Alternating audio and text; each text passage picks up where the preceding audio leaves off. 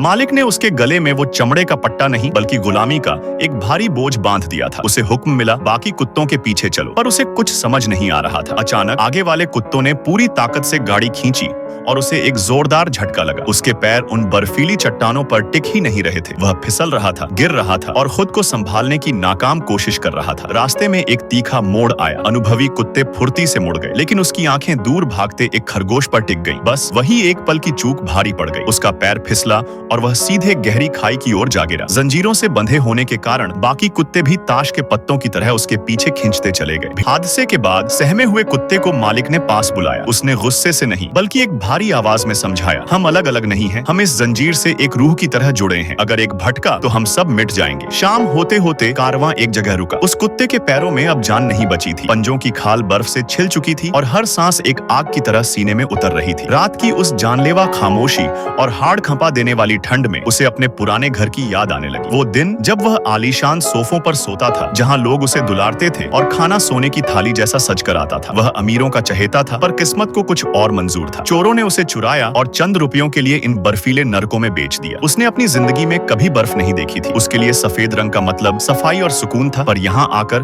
उसे पता चला कि बर्फ सफेद नहीं, बेरहम होती है। उसे अंदाजा भी नहीं था कि जिस वफादारी के बदले उसे प्यार मिलता था, अब उसी वफादारी के बदले उसे एक मजदूर की तरह मौत से लड़ना होगा।